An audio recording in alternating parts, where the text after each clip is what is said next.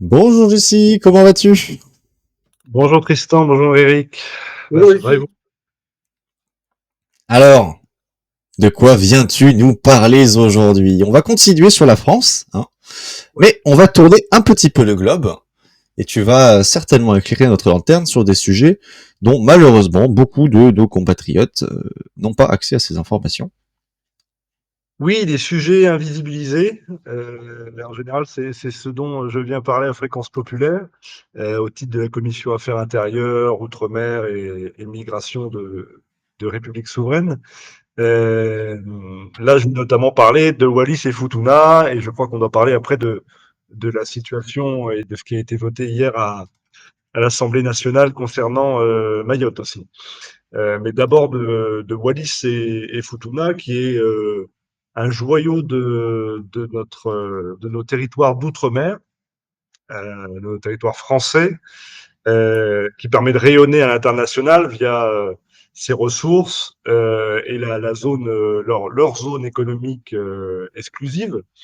Donc Wallis et Futuna est peut-être même l'un des territoires d'outre-mer les plus les moins connus euh, comment dire par les Français, puisqu'il est le plus éloigné de la métropole. Il est à 20 000 kilomètres de la métropole. On connaît déjà plus la Martinique, la Guyane ou la Guadeloupe, par exemple.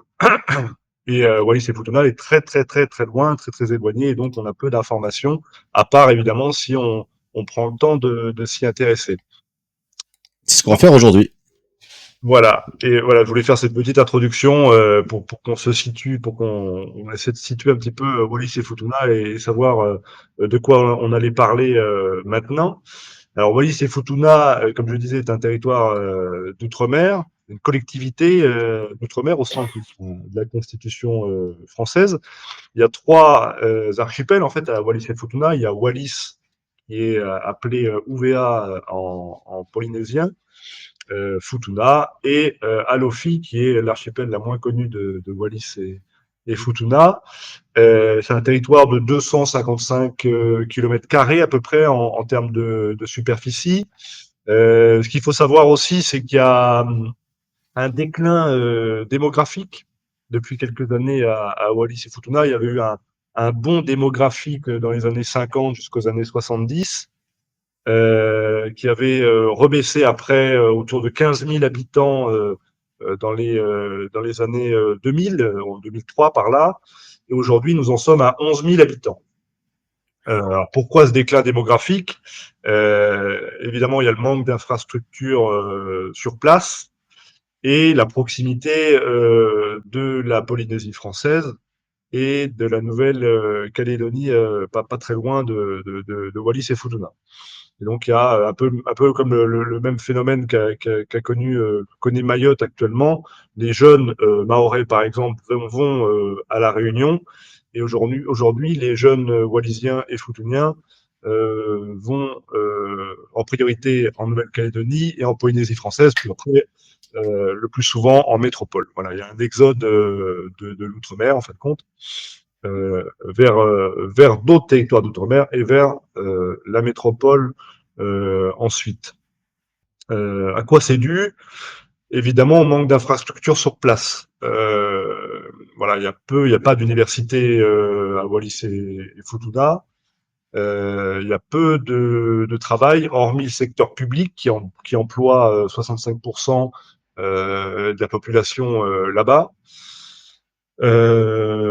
Voilà, le manque ils vivent essentiellement du tourisme, et même le tourisme est quand même difficile parce que il faut savoir que les liaisons aériennes depuis la métropole jusqu'à Wallis et Futuna n'existent pas. Il n'y a pas de liaison directe. Il faut passer, dans le meilleur des cas, par la Nouvelle-Calédonie, et après, il y a une liaison aérienne qui va jusqu'à Wallis et Futuna, mais il y a que 2 à 3 liaisons aériennes hebdomadaires entre la Nouvelle-Calédonie et Wallis et Futuna. Donc c'est assez compliqué de se rendre à Wallis et Futuna. Il faut plus d'une journée pour y aller, avec toutes les escales et toutes les attentes dans les différents aéroports. Et comment dire, différents temps d'attente dans les aéroports, et même entre Wallis et Futuna, entre les différentes archipels, il y a très peu de liaisons aériennes hebdomadaires. Il y en a 4 ou 5 pour se rendre d'un archipel à un autre. Donc c'est assez compliqué de circuler, voilà, de voir sa famille quand il y a, par exemple, une partie de sa famille qui est à Ouvéa, c'est-à-dire à Wallis, et enfin, et l'autre est à Futuna, par exemple. C'est compliqué de se rendre, de voir sa famille, de pouvoir circuler librement. Voilà. Et le prix des billets, par exemple, alors je ne sais pas pour Wallis et Futuna, entre Wallis et Futuna, mais euh, la liaison entre la métropole et Wallis et Futuna, c'est au minimum 2 000 €, au maximum 3 500 € de billets aller-retour. C'est un certain coût. Ah oui. Savoir que les seuls qui sont avantagés à ce niveau-là, ce sont les élus, les parlementaires locaux, il y a un député et un sénateur wallisien, euh, et qui, eux, ont le transport gratuit, ont une certaine limite, bien entendu, pour permettre de se rendre plus facilement à l'Assemblée nationale, à Paris, au Sénat, bien entendu. Mais en parlant un petit peu de ces élus, ils sont de quel bord ces élus? C'est globalement c'est qui qu'on élu, qui sont élus pardon sur cet archipel-là? Alors, il y a une particularité wallisienne et futunienne, c'est-à-dire que il n'y a pas vraiment de partis locaux, contrairement à ce qui existe dans d'autres territoires d'outre-mer. Il n'y a pas de déclinaison locale de partis nationaux, de partis métropolitains.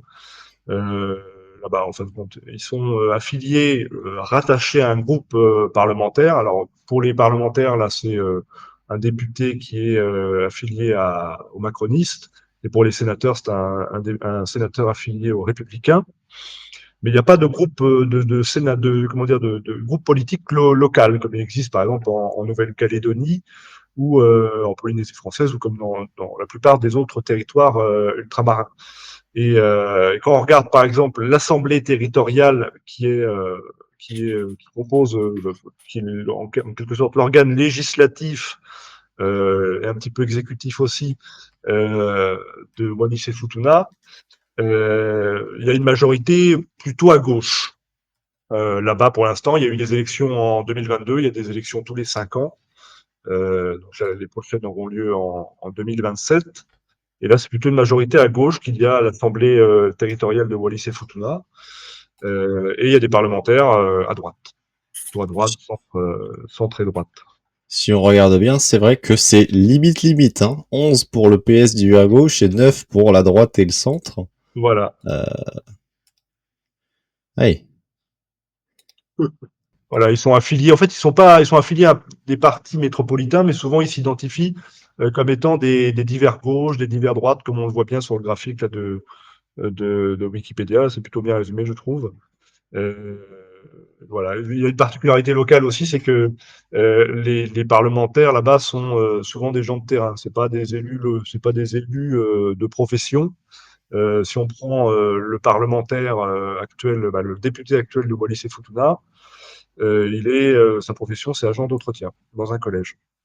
Voilà. C'est quand même assez rare d'avoir des parlementaires qui sont ouvriers, agents d'entretien, simples employés. C'est plus, on voit plus des avocats, des professions, des cadres, des professions libérales à l'Assemblée nationale, ou des fonctionnaires à l'Assemblée nationale plutôt que des gens des simples gens qui vivent, qui sont agents d'entretien, par exemple, comme ce député-là. Et il y a une autre particularité, bien entendu, dont il faut parler, c'est qu'il y a des rois coutumiers. Donc ça peut paraître très bizarre, mais il y a des rois coutumiers à Wallis et Futuna, des rois en République, et qui sont même reconnus par la Constitution et les lois organiques de la République française. Et ces rois coutumiers ont un véritable pouvoir, hein, pas uniquement un pouvoir symbolique, mais ils ont un pouvoir véritablement exécutif, une influence exécutive au même rang que le préfet administrateur là-bas à Wallis-et-Futuna. Qu'est-ce qu'il fait? À quoi il sert alors? Le préfet? Non, le roi coutumier, pardon. Et il vient d'où? Ah, C'est quoi un petit peu?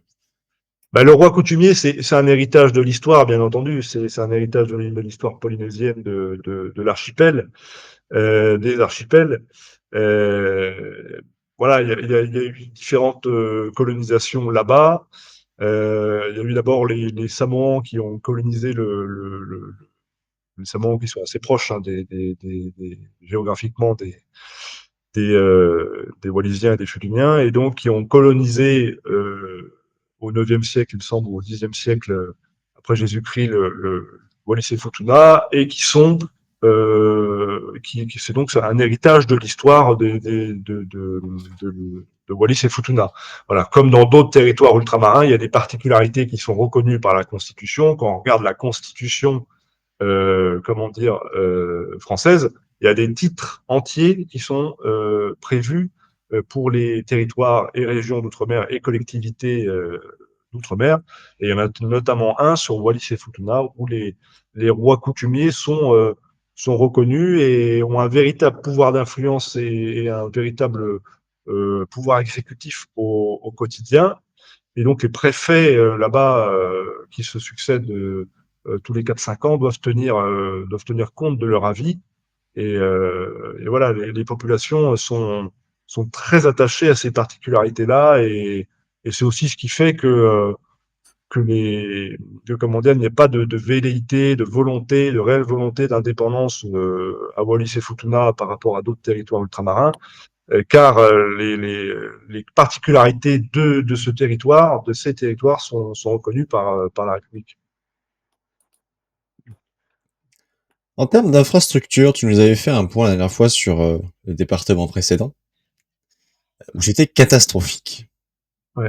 À Wallis et Futuna, on en est où des infrastructures, que ce soit pour l'eau, l'électricité, pourquoi pas Internet aussi.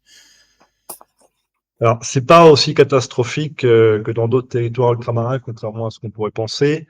Euh, c'est c'est comment dire en développement. Il y a beaucoup de choses qui se sont développées là aux premières parties du 21e siècle. C'était beaucoup plus balbutiant avant les années 2000. Euh, si on prend juste un exemple, par exemple le réseau mobile est implanté depuis 2015 à Wallis et Futuna, donc c'est très récent Oui. par rapport à la métropole. Voilà, si on prend l'exemple de l'eau potable, par exemple, il y a l'eau potable à peu près partout à Wallis et à Nofi. Et à Futuna, c'est une volonté des rois coutumiers, du roi coutumier de Futuna, de ne pas, comment dire, de ne pas avoir d'eau potable, parce qu'ils veulent pas payer l'eau et donc ils préfèrent s'alimenter à l'ancienne, en quelque sorte, au puits ou à la source.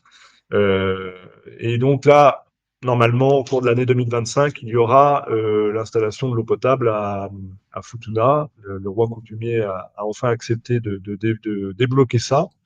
Mais c'était une volonté des autorités de l'autorité coutumière et non pas des autorités de l'autorité préfectorale ou voilà, de ne pas développer Futuna. Donc on a un vrai respect quand même de cette autorité, elle est écoutée. Bah oui, effectivement, oui, c'est une autorité coutumière. Les gens sont très attachés à ces rois-là, à leur autorité. Ils ont une véritable autorité et donc voilà, les préfets ne peuvent pas passer outre leur volonté, leur directive. Voilà, il y a l'assemblée territoriale aussi en dessous.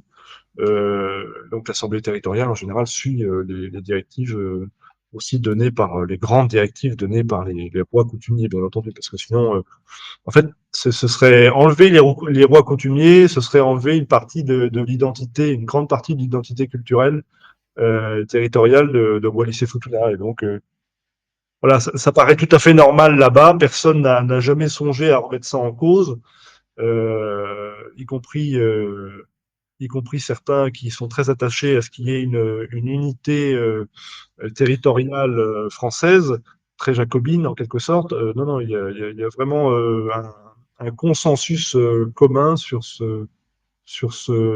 cette thématique-là et sur l'autorité des rois coutumiers, même s'ils ne sont pas euh, très démocratiquement élus, s'ils sont pas, s'ils n'ont pas voilà, les particularités qu'on peut avoir en métropole avec les gens qui sont élus par le peuple, il y a une autorité morale qui est communément acceptée là-bas. Pour ça que il n'y a pas de velléité indépendantiste, c'est parce que justement ces coutumes sont respectées, ces rois coutumiers sont écoutés. Est-ce que c'est ça une des raisons qui fait que ce territoire, il y a la paix en fait? Ben, oui, effectivement, ils acceptent en fait la répartition des compétences entre la métropole et le Wallis et Futuna, entre le territoire ultramarin. Il y a une forte dévolution aussi qui a été acceptée par la République, par la métropole vis-à-vis de Wallis et Futuna.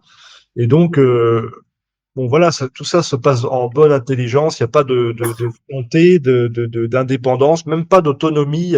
Il y a pas de parti autonome euh, à Wallis et Futuna. Et effectivement, on peut citer en corollaire, en parallèle, des territoires qui sont pas très loin de Wallis et Futuna, qui sont eux, par contre, très revendicatifs.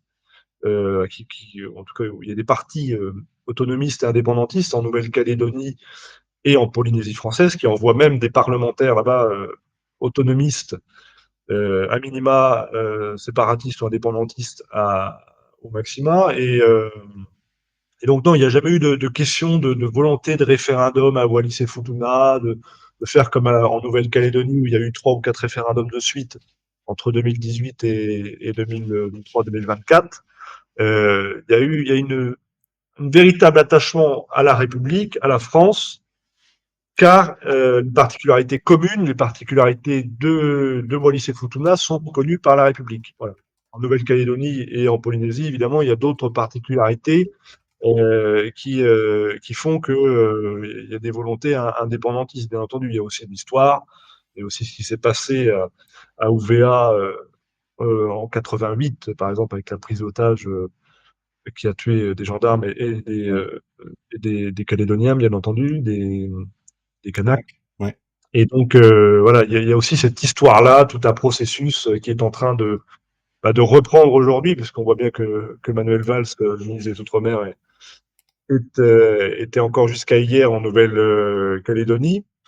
Et donc, voilà, et en Polynésie, il y a des partis autonomistes qui sont clairement affirmés, et qui veulent, qui réclament à la fois plus d'autonomie, plus un statut particulier encore plus poussé que ce qu'ils ont aujourd'hui.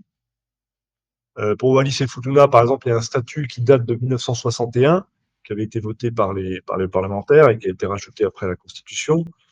Euh, et là, il va sûrement être réformé sur plusieurs aspects, notamment sur le collège électoral et sur le nombre de membres de l'Assemblée territoriale de Wallis et Futuna, parce que il y a un problème de majorité parfois, et donc ils veulent. Il y a un rapport parlementaire qui a été fait là, début 2025 sur la modification du scrutin et comment dire, du collège électoral du nombre de membres à l'Assemblée territoriale pour que il y ait un nombre impair pardon, à l'Assemblée territoriale de Wallis et Futuna pour que comment dire, il y ait une majorité qui se dégage à chaque fois. Ouais. À ton avis, qu'est-ce qui pourrait être fait pour que, alors déjà pour stopper un petit peu cette perte démographique, et qu'est-ce qu'on pourrait faire pour développer Wallis? Alors, à part les transports, parce que ça, on a bien compris Ouais. que c'est un problème vraiment bloquant, mais on aurait d'autres pistes? Ben, il y a plein de pistes en fin de compte, comme pour tous les autres territoires ultramarins, il y a des chantiers à mener sur le long terme. Il y a des entrepreneurs là-bas, par exemple. Donc, le but, c'est peut-être de les soutenir spécifiquement avec des aides, des simplifications de démarches administratives pour favoriser leurs projets entrepreneuriaux, par exemple. Du côté des ressources naturelles, on sait qu'il y a à Wallis et Futuna, comment dire, un potentiel de développement incroyable, notamment dans l'aquaculture, dans la pêche durable aussi. Euh, la filière agricole et agroalimentaire là-bas aussi est assez riche. Il y a la vanille, il y a le copra par exemple, qui peut être développé et valorisé à la fois aux alentours, dans le Pacifique Sud, en développant des liens avec la Polynésie française d'abord et la Nouvelle-Calédonie ensuite, avec la métropole après, donc en favorisant les exportations de produits locaux vers les territoires d'outre-mer voisins. Les transports, on en a parlé tout à l'heure, c'est important parce que s'il n'y a pas de liaison aérienne quotidienne entre Wallis et Futuna et la métropole, entre Nouméa et Wallis par exemple, bon, ben, comment veux-tu installer comment dire, des, euh, des choses pérennes là-bas si les transports ne suivent pas. Donc forcément, il faut augmenter la fréquence et l'accessibilité des vols entre Nouméa et Wallis. Et au niveau maritime, il faut développer des ports plus modernes que ce qu'il y a actuellement pour développer à la fois encore plus les échanges commerciaux et le tourisme. Ils n'ont pas de port en eau profonde, par exemple, non? Comment? Je suppose qu'ils n'ont pas de port en eau profonde. Non, ils n'ont pas de port en eau profonde, bien entendu. Donc, voilà, il y a un potentiel de développement incroyable à Wallis et Futuna. Heureusement, il y a des infrastructures bon, plus poussées qu'avant sur Internet, par exemple. Il y a un meilleur accès à Internet qui permet aux jeunes de travailler à distance, d'encourager le télétravail, par exemple. Et ça, c'est important parce que faut aussi favoriser, comment dire, le fait de travailler sur place et de vivre sur place, parce que les Wallisiens et les Futuniens, c'est comme pour tous les autres immigrants, par exemple, tous les autres émigrants, pardon, ils quittent pas de gaieté, et de bon cœur leur territoire pour aller en Nouvelle-Calédonie, pour aller en Polynésie. Donc voilà, il faut miser aussi sur le tourisme, à mon avis, miser sur la valorisation de la culture locale, du patrimoine culturel, du style traditionnel, des danses, de l'artisanat. Il y a un artisanat très développé à Wallis et Futuna, même si le secteur public, quand même, je l'ai dit tout à l'heure, représente quand même plus de la majorité des emplois sur place. Mais bon, développer voilà, les hôtels, les petits hébergements, pourquoi pas l'accueil chez l'habitant, par exemple. Voilà. Et surtout pour les locaux, pour les gens qui veulent rester sur place, et c'est quand même la majorité des Wallisiens et des Futuniens, à mon avis, c'est de renforcer les formations locales, donc de développer à la fois des universités, une université au moins, bien entendu, et de développer les lycées sur place aussi, pour pas que les gens aillent à Perpète ou aillent en Nouvelle-Calédonie ou en métropole pour faire leurs études.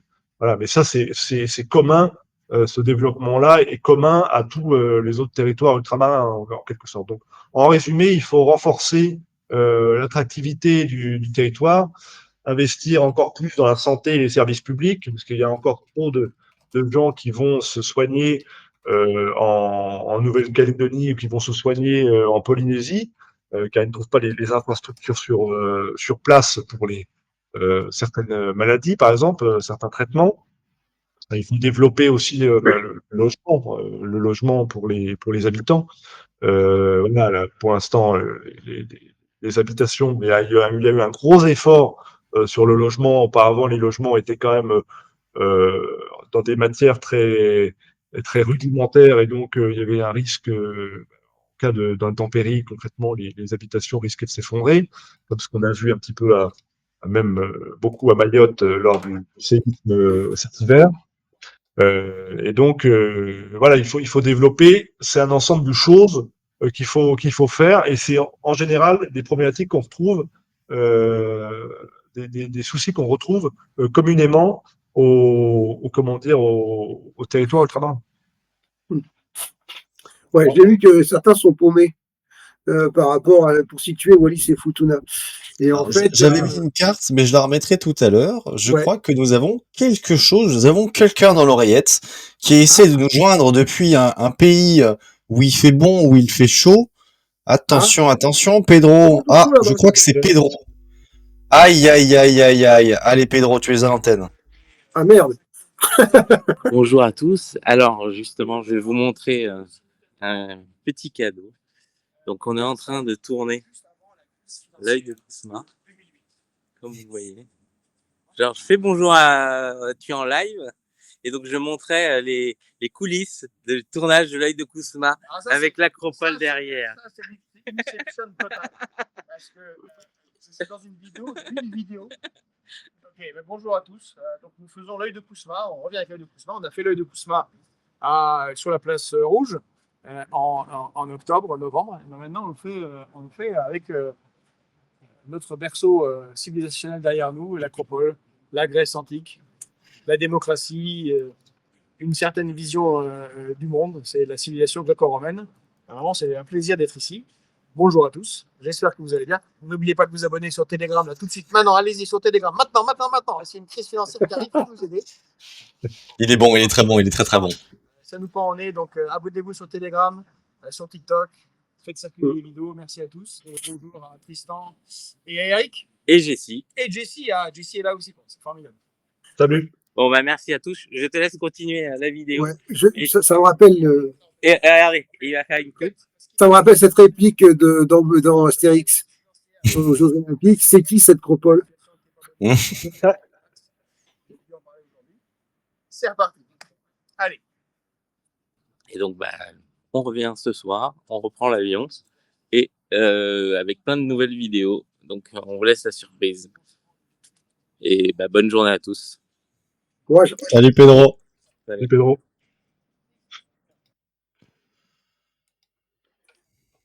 Vous avez promis du teasing, vous avez promis des surprises, mais c'est le cas. Ouais.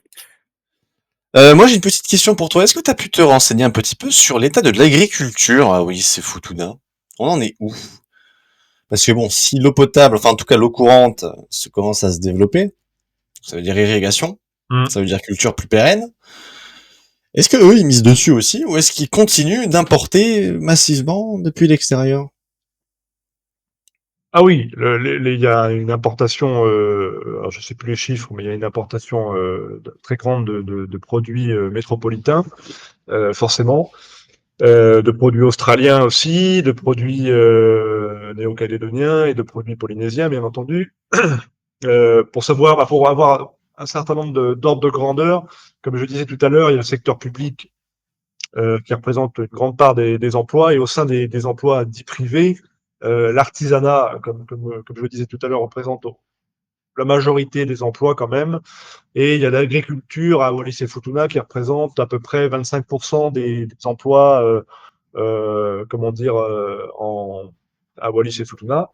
Et donc, il y a une agriculture locale, mais qui est une agriculture vivrière, un petit peu comme ce qui se pratiquait ici en France avant la grande industrialisation et le grand développement de l'industrie agroalimentaire.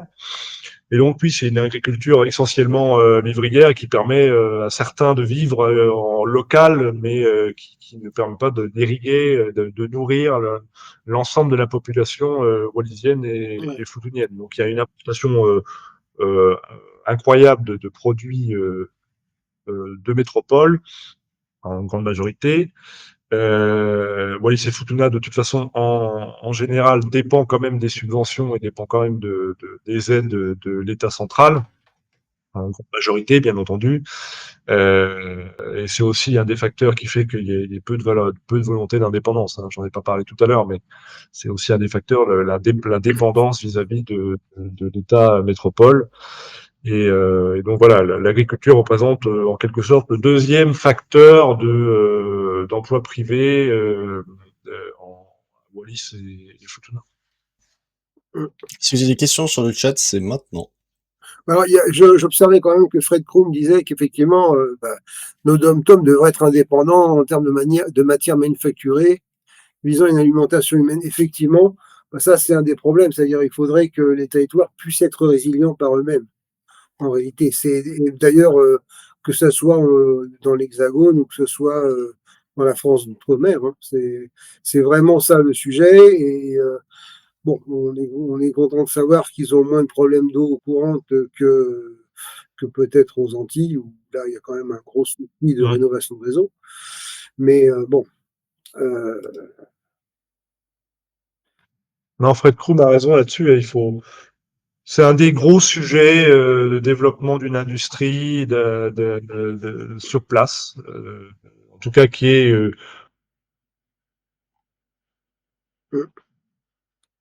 Busson,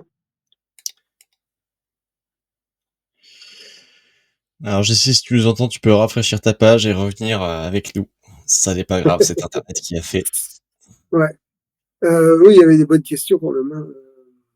Oui, est-ce que la supérette n'appartient qu'à une famille ou deux? Alors, effectivement, ça peut être ça peut être un vrai sujet. Je ne sais pas si tu nous entends, Jessie. Globalement, ce qu'il faut savoir, c'est que les supérettes, dans l'ensemble des dom-toms, c'est quand même vraiment beaucoup, beaucoup, beaucoup des Chinois. C'est-à-dire en Polynésie, à La Réunion, etc. C'est vraiment une sorte de trustage qui se fait, bon, parce que bah, tout simplement, ils sont plus. Voilà, ils ont la bosse du commerce, manifestement, et c'est vrai qu'il y a des situations qu'on retrouve un peu partout d'ailleurs. Quand on voit la différence de prix entre Outre-mer pour des yaourts et la métropole, et x4, x6 par rapport au prix de base, alors que les gens gagnent un peu moins, bon, tu te rends compte que le mode de vie à l'occidental n'est pas forcément possible non plus. Bon, alors après, si tu veux, ce qu'il faut bien voir, c'est pas des Normands qui ont du beurre à la crème fraîche à volonté, donc ils Ah bah oui, s'adaptent ça avec c'est les sûr. produits locaux. C'est-à-dire, en gros, dans les DOM, si on va ailleurs et qu'on veut manger comme en France, qu'on veut du camembert, voilà, de la crème fraîche, etc., c'est sûr que ça va coûter une blinde parce que ça arrive par bateau. Je me rappelle que même à La Réunion, où ils ont une petite, enfin, en tout cas, ils ont une petite laiterie quand j'y étais, bah, les produits réunionnais étaient plus chers que les produits importés de la métropole, ce qui était hallucinant. Alors, Jessie, est-ce que tu nous entends? Est-ce que tu peux parler? Parce que tu as une image qui bouge J'ai eu un énormément. problème de connexion Internet, excusez-moi. D'accord, ok, oui, pas de souci. Voilà. Bon, après, Ah oui, on n'a plus forcément de sujet à évoquer sur Wallis et Futuna. Je pense qu'on a évoqué l'essentiel. Euh, Peut-être passer au sujet sur Mayotte. Euh, ouais. donc Mayotte, il y a eu un sujet hier, un vote à l'Assemblée nationale euh, en commission mixte paritaire. Commission mixte Ouais. paritaire, Précise ce que c'est c'est. Oui, à la fois comment? oui, précise ce que c'est, justement. Ouais, Parce que les gens commission savent mixte pas. paritaire, donc 6 députés et 6 sénateurs, ou 7 députés et 7 sénateurs, je ne me souviens plus, qui sont réunis dans une même salle et qui doivent trouver un accord sur un texte. Donc là, il y a un projet de loi sur Mayotte, et notamment pour remettre en cause le droit du sol là-bas.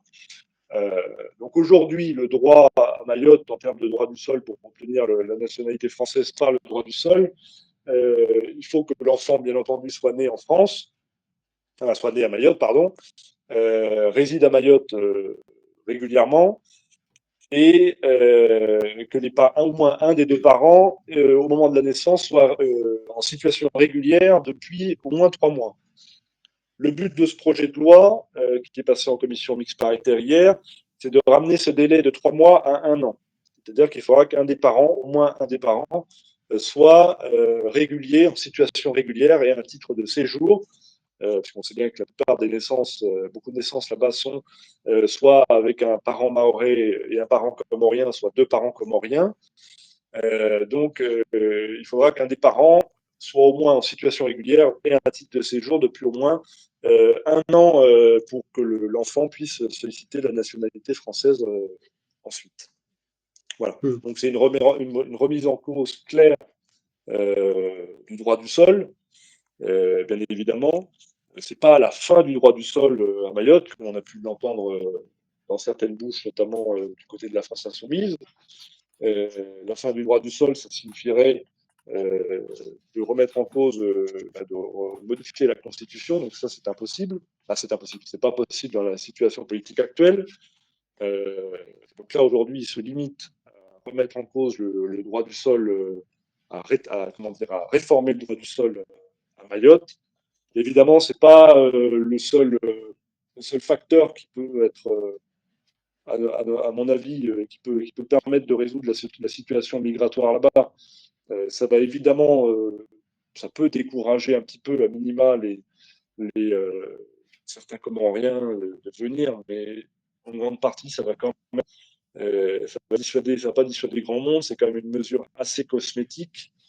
Et en fait, l'essentiel de la politique migratoire là-bas à Mayotte, c'est quand même à la fois d'avoir, en tout cas d'essayer d'avoir de bonnes relations, des relations plus apaisées, des relations cordiales avec les autorités de Moroni aux Comores, qui instrumentalisent un petit peu comme l'Algérie par rapport à la métropole le fait migratoire, et aussi d'empêcher certains Comoriens d'accéder avec leur kwassa-kwassa, c'est-à-dire les pirogues qui se servent pour faire la traversée, euh, pour les empêcher d'accéder au territoire mahorais. Pour l'instant, en fait, il y a très peu de patrouilleurs, très peu de bateaux qui surveillent le territoire mahorais, qui le quadrillent pour empêcher l'abordage de kwassa-kwassa comorien. Parce que le truc, c'est que les gens, quand ils viennent, les Comoriens, ils cherchent pas la nationalité. C'est pas ça qu'ils cherchent en premier. Donc bon, s'y attaquer, c'est plus qu'illusoire. Mais tu parlais de la France Insoumise, il me semble que leur délégué départemental, ou à minima élu, je ne sais plus, était justement contre aussi cette venue des Comoriens, et qu'il s'était fait taper sur les doigts par les cadres de la métropole parce que ça ne correspondait pas à la doxa. Je sais plus si c'était il y a 2 ans peut-être, je crois. Bon, au final, rien n'a changé depuis, hein. Non, on a changé. Le fait migratoire est instrumentalisé depuis les années 70 à Mayotte par les Comores. Parce qu'il faut savoir qu'il y a eu 2 référendums successifs en 74 et en 76 où Mayotte a dit clairement, contrairement aux autres territoires comoriens par rapport à la Grande Comore par exemple, on dit clairement oui à la France. Ils ont redit oui une 3e fois à la France en 2009 pour devenir un département français. Le dernier département français d'ailleurs à ce jour, c'est Mayotte en 2009. Et donc les Comoriens sont en lien avec certains en France, notamment la France insoumise, effectivement. Certains élus de la France insoumise, il n'y a pas d'élus de la France insoumise, pas de députés de la France insoumise à Mayotte, hein, c'est que des. Il y a une députée Lyotte, UDI, Estelle Youssoufa, et sinon c'est des élus du Rassemblement national, puisque si on regarde les résultats du second tour de la dernière présidentielle, Marine Le Pen est arrivée clairement devant Emmanuel Macron en 2022, là-bas à Mayotte, notamment à cause de ce qui se passe par rapport aux Comoriens et de la faiblesse, même de la lâcheté des autorités françaises et d'Emmanuel Macron par rapport au président comorien qui est reçu parfois ici à Paris en grande pompe, et alors qu'on sait très bien ce qu'il fait, qu'il instrumentalise le fait migratoire, qu'il laisse passer les kwassa-kwassa avec des gens qui meurent en mer, des Comoriens qui meurent en mer, et ça n'attriste personne, et surtout pas le président comorien qui se sert de ça, et qui par contre, comme les autorités algériennes par exemple, viennent se soigner en métropole, ils font soigner leurs familles et leurs proches en métropole bien entendu. Ils ne se soignent pas sur place à Moroni. Donc il y a une instrumentalisation très claire. Il faut savoir aussi qu'il y a l'ONU qui a institué une liste de territoires non autonomes à décoloniser. Et donc parmi ces territoires non autonomes à décoloniser, il y a la Nouvelle-Calédonie et la Polynésie française dont on parlait tout à l'heure, et il y a Mayotte. Donc les Comores se servent de ça, et se servent de l'entremise de députés de la France insoumise, d'élus de la France insoumise par exemple, pour dire regardez, on est encore des colonisateurs là-bas en Polynésie, là-bas en Nouvelle-Calédonie et là-bas à Mayotte.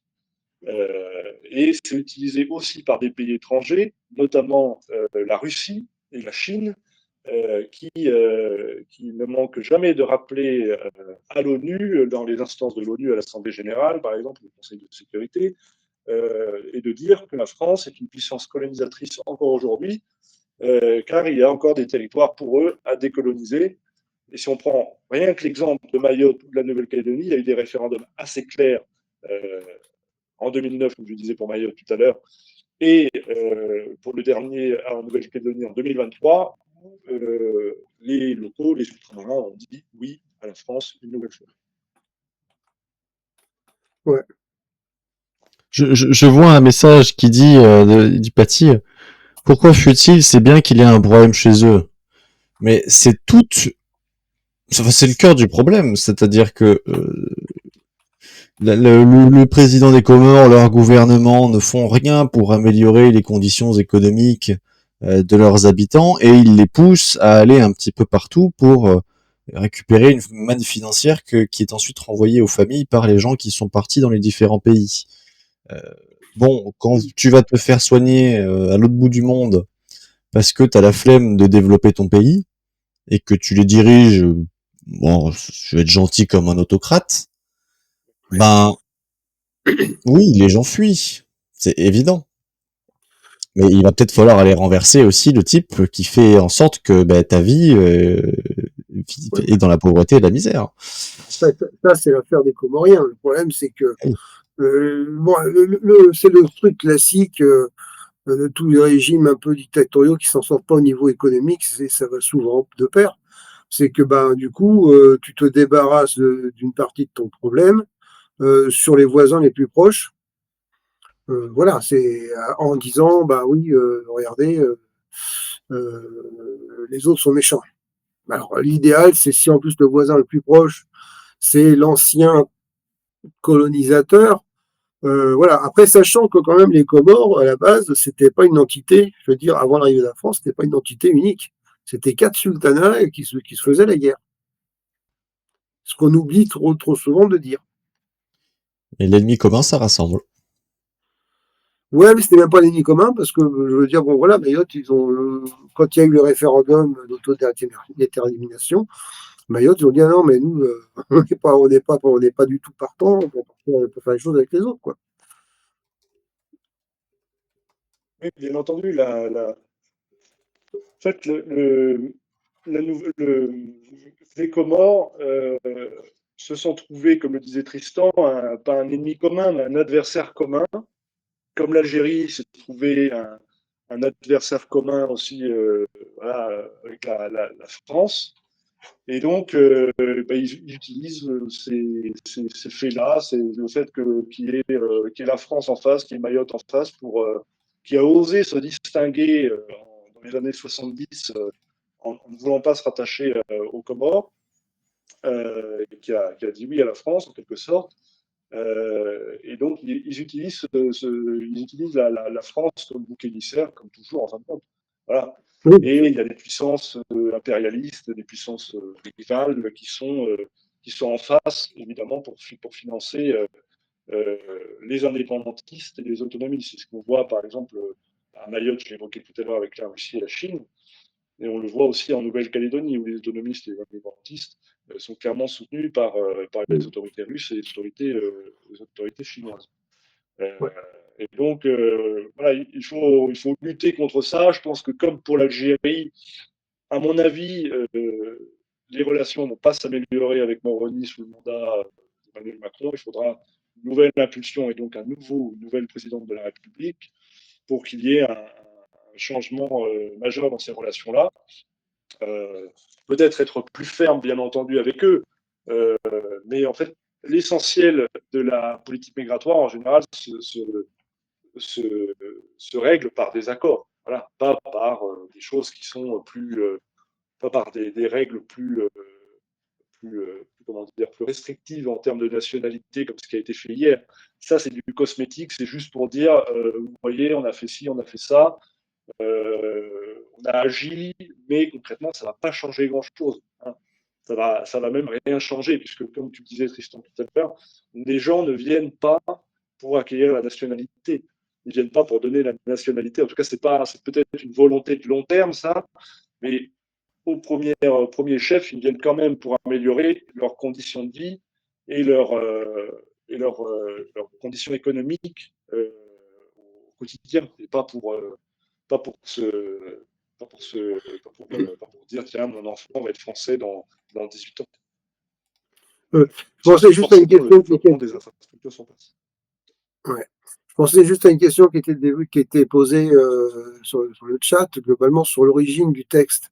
Parce que moi, de base, dans les informations que j'avais, c'était un texte qui aurait été déposé par un député des Républicains, qui était Philippe Gosselin, qui d'ailleurs s'est illustré dans l'hémicycle avec des sorties un peu voilà, moyennement délicates. Hein. Euh, mais voilà, il me disait non, c'est un texte par macroniste. Alors peut-être que c'est piloté par les macronistes au Sénat et que c'est introduit à l'Assemblée par LR. Mm. C'est ça? Oui, Philippe Gosselin, c'est le référent outre-mer des Républicains, et donc il est député de la Manche, hein, il n'est pas du tout député ultramarin. Donc c'est le référent outre-mer, et c'est lui qui a introduit ce texte-là, parce que comme le ministre de l'Intérieur est, républicain aujourd'hui, c'est Bruno Retailleau, forcément les républicains sont plus associés à la politique gouvernementale désormais.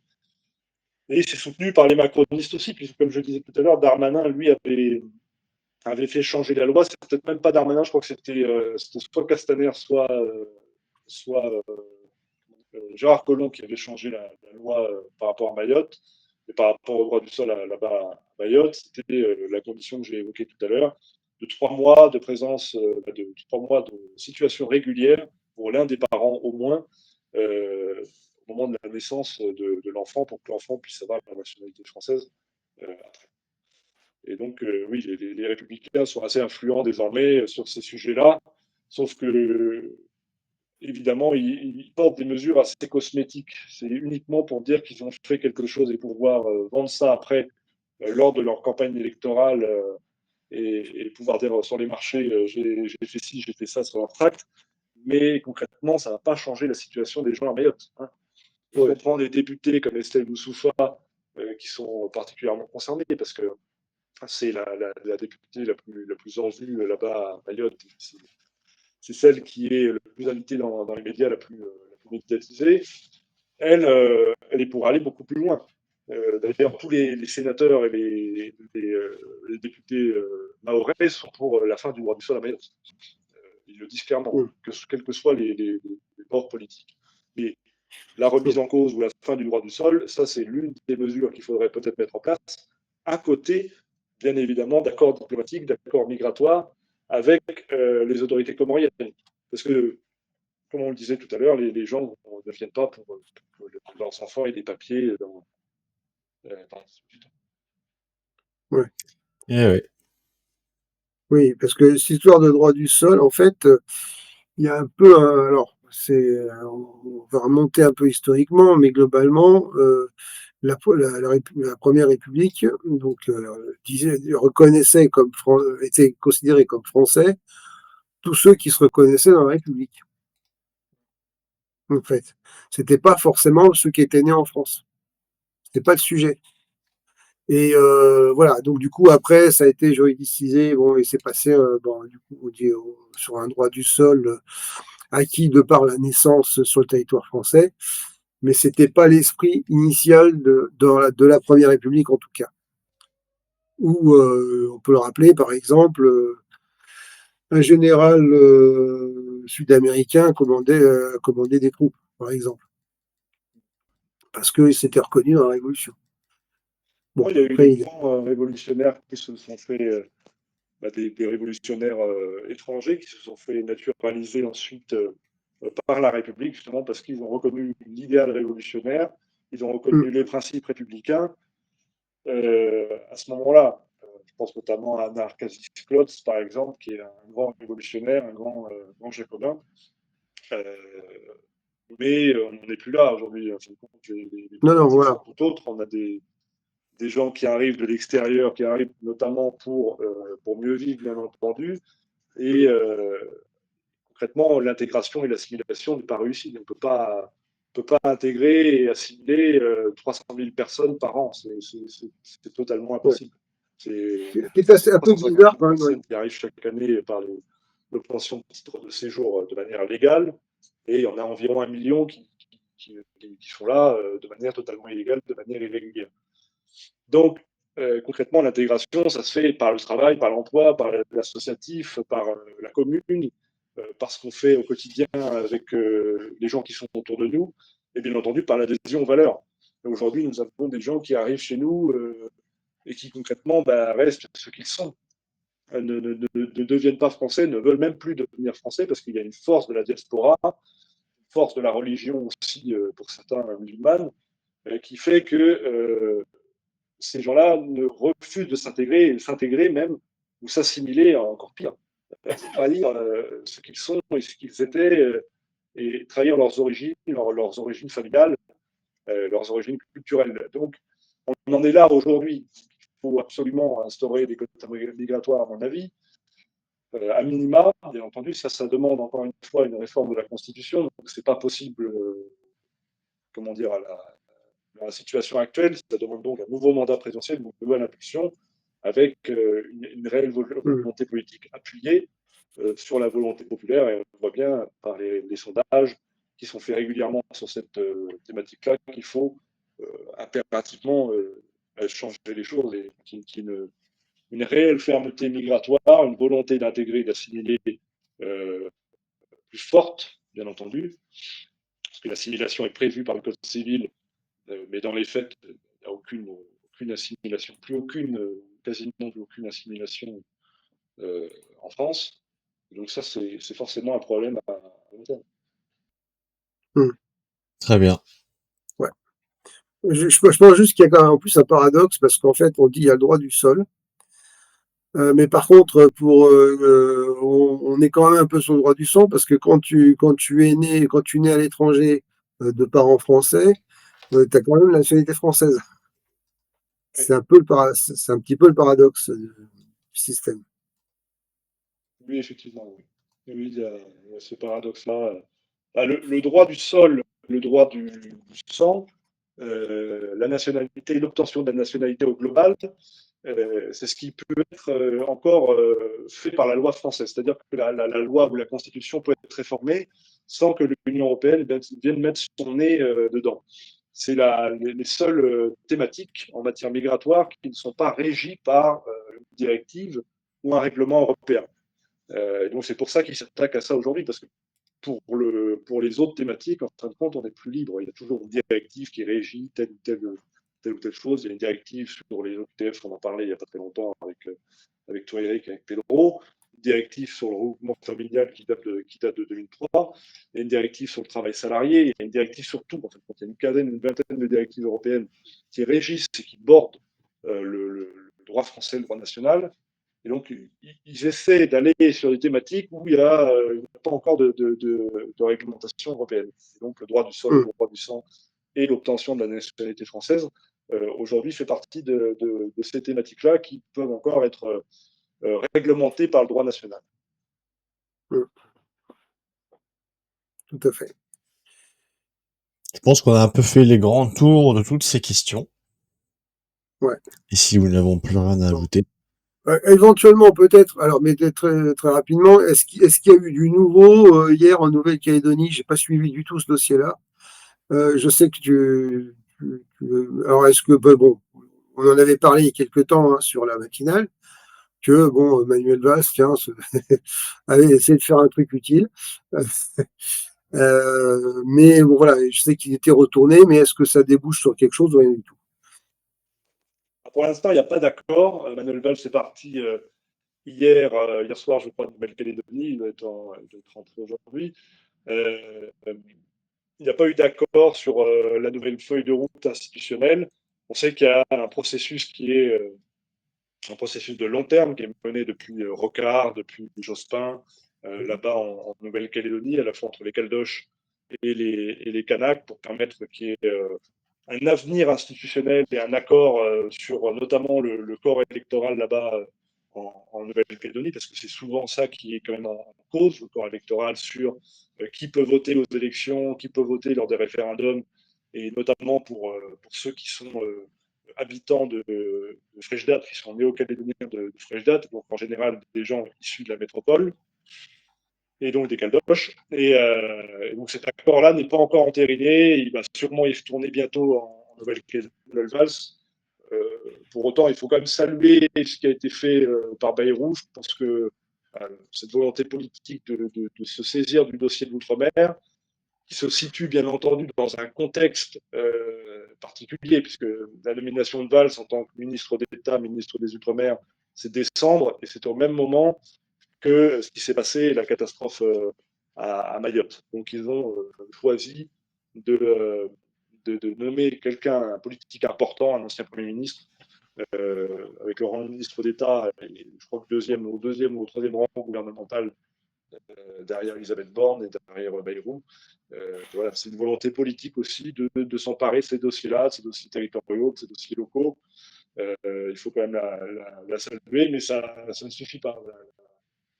Concrètement, la situation politique actuelle ne permet pas de résoudre l'ensemble des choses, puisqu'il n'y a pas de majorité à l'Assemblée nationale, et surtout, les gouvernements qui se succèdent depuis la dissolution ne sont pas assez légitimes aux yeux des Français, de toute façon, pour régler quoi que ce soit et pour être assez impactant au niveau des mesures. Donc, il va y avoir des accords, il va y avoir des choses, bien entendu, mais rien de très impactant, rien de très déterminant pour tous ces territoires d'outre-mer, et en particulier pour la Nouvelle-Calédonie. Mais ça, je pourrais venir en reparler quand il y aura un peu plus de neuf concernant ce qui se passe là-bas en Nouvelle-Calédonie et leur avenir institutionnel.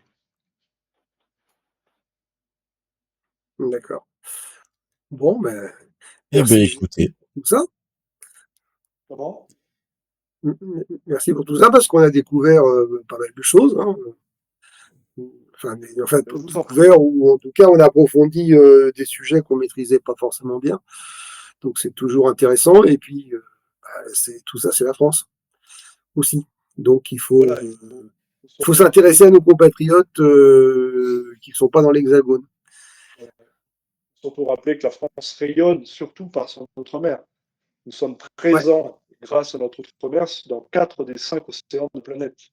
Voilà. Donc, quand on nous parle d'Europe au quotidien, quand on donne encore récemment 2 milliards d'euros à l'Ukraine, et qu'on nous parle de l'Union européenne, en fin de compte, la France a une vocation et un rayonnement mondial grâce à notre outre-mer, aux territoires ultramarins, aux habitants de ces territoires, aux DROM et aux COM.